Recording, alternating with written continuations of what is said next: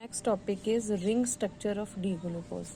तो ring structure of D glucose करने के लिए सबसे पहले we should remember the structures of furan and pyran. तो जो फ्यूरेन होता है दैट इज अ साइक्लिक, इसको हम हेट्रोसाइक्लिक कंपाउंड कहते हैं, और इस रिंग में हेट्रो एटम होता है oxygen and there are 4 carbon. So अगर हम काउंट करें तो 1 2 3 4 5। फ्यूरेन एक 5 मेंबर्ड रिंग स्ट्रक्चर है। अब हम इस तरफ आते हैं और काउंट करते हैं 1 2 3 4 5 6। तो ये कितने मेंबर स्ट्रक्चर है? This is a 6 member ring structure और इसको हम कहते हैं पायरन। सो रिमेंबर 5 मेंबर रिंग को कहते हैं फ्यूरेन और 6 मेंबर रिंग को करते हैं pyran. Now we have done that there are 6 limitations of the open chain structure. हमें open chain structure of glucose में ये प्रॉब्लम्स आई थी that we have already done in the previous video. अब इन शॉर्ट कमिंग्स को explain करने के लिए 2 साइंटिस्ट सामने आए। सबसे पहले आया टॉलन इन 1883। उसने कहा कि जो ग्लूकोज है उसकी ओपन चेन स्ट्रक्चर नहीं है, रेदर देन उसकी हेमी एसिटल स्ट्रक्चर है, क्योंकि ग्लूकोज में OH ग्रुप भी है, CHO ग्रुप भी है, और जो गामा हाइड्रोक्सी एसिड्स होते हैं वो अपने आप क्या करते हैं, लैक्टोनाइजेशन मीन्स उनका लैक्टोन यानी कि एक साइक्लिक स्ट्रक्चर बन जाती है।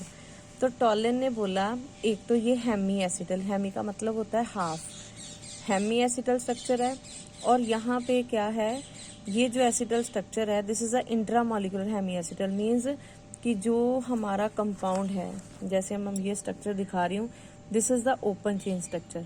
तो ओपन चेन स्ट्रक्चर में सबसे पहले जो साइंटिस्ट था टॉलन, उसने कहा कि इसकी ओपन चेन नहीं, रेदर देन ये हेमी एसिडल स्ट्रक्चर है, राइट। और इस हेमी एसिडल स्ट्रक्चर में कौन सा OH इन्वॉल्व है? C4OH। तो अगर आप काउंट करोगे ये मेंबर्स को तो ये 4 कार्बन और 5वां ऑक्सीजन।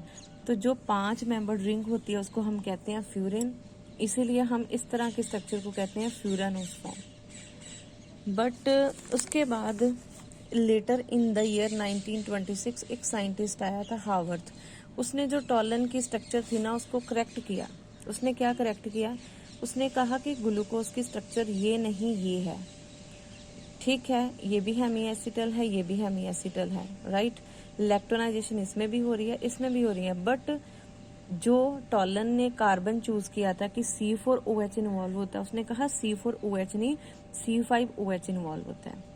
सेकेंडली 5 मेंबर्ड रिंग नहीं, ये 6 मेंबर्ड रिंग है, और जो 6 मेंबर्ड रिंग होती है उसको हम कहते हैं पायरन। तो उसने कहा कि जो टॉलन ने बोला था कि फ्यूरानोस फॉर्म है, क्योंकि 5 वाले को हम फ्यूरेन बोलते हैं, इसलिए 5 मेंबर्ड रिंग को हम फ्यूरानोस बोलेंगे। तो बाद में जो साइंटिस्ट था हावर्थ, उसने बोला कि नहीं, इसमें 6 मेंबर्ड रिंग है और इस स्ट्रक्चर को हम क्या बोलेंगे, पायरानोस फॉर्म। नाउ वो पायरानोस फॉर्म एक्सेप्ट हो गई।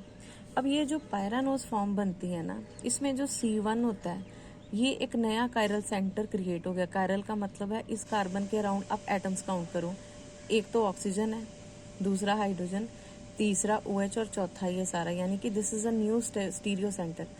बिकॉज एक न्यू स्टीरियो सेंटर क्रिएट हो गया है, और यहाँ पे due to the variation of H and OH group हमारे पास 2 तरह के आइसोमर आते हैं। एक वो जिसमें OH राइट हैंड साइड पे आता है, दूसरा वो जिसमें OH लेफ्ट हैंड साइड पे है। Now I am going to repeat again this thing कि इन दोनों स्ट्रक्चर्स में से, यानी कि 5 मेंबर्ड और 6 मेंबर्ड में से फाइनली किसको एक्सेप्ट गया था 6 मेंबर्ड रिंग को, जिसको हम कहते हैं पायरानोस फॉर्म। और उसी के बेस पे कि एक रिंग, एक वो स्ट्रक्चर है जिसमें OH राइट हैंड साइड पे है, उसको हम कहते हैं अल्फा, और जिसमें OH लेफ्ट हैंड साइड पे है उसको हम कहते हैं बीटा। यानी कि मैं इसको पूरा बोलूंगी तो this is alpha D glucopyranose, this is beta D glucopyranose. अब ये जो दोनों हैं आपस में, इनका आपस में क्या रिलेशन है? They are known as anomers. Anomers क्यों है? क्योंकि यहाँ पे जो अरेंजमेंट ऑफ एटम्स और ग्रुप्स वेरी कर रहा है that is only at first carbon. तो ऐसे जो डायस्टीरियोमर्स होते हैं जिनमें बाकी सब कुछ सेम है, बाकी सारा arrangement through out the carbon atom chain same है, सिर्फ पहले कार्बन पे डिफरेंस है, तो उनको हम कहते हैं एनोमर्स। और ये जो फर्स्ट कार्बन है इसको बोला जाता है एनोमरिक कार्बन, या इसको हम कह सकते हैं this is known as glycosidic carbon.